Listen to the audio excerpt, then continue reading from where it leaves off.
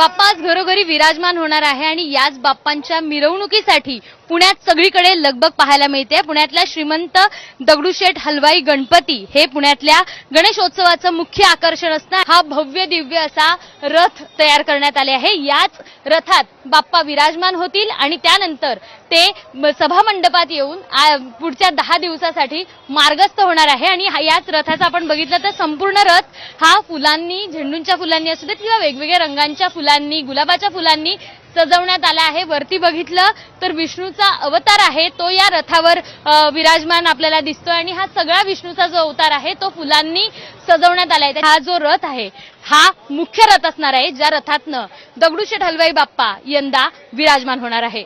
Cameraman Amol गवाळेसह Shivani पांढरे, ABP माझा, पुणे।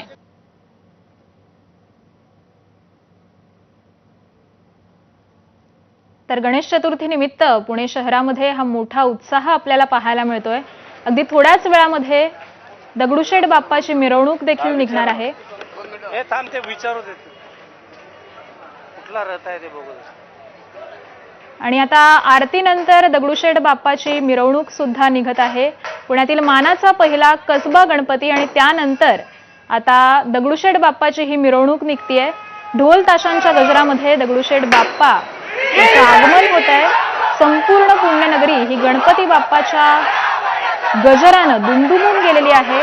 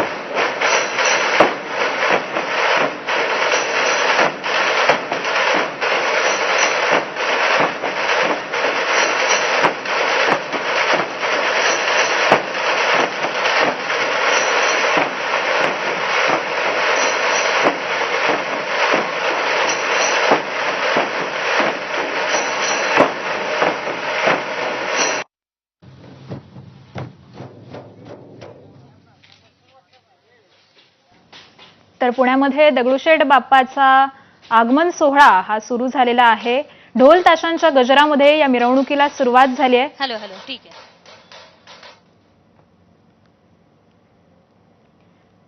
तर पुण्याचा पहिला मानाचा गणपती म्हणून कसबा पेठेचा गणपती ओळखला जातो आणि पुण्यातील या मानाच्या पहिल्या गणपतीची अर्थात कसबा गणपतीची ही मिरवणूक सुरू झालेली आहे। ढोल ताशा पथक आणि पारंपरिक वाद्यांमध्ये आवाज येत नाही तिकडलं थोडंसं।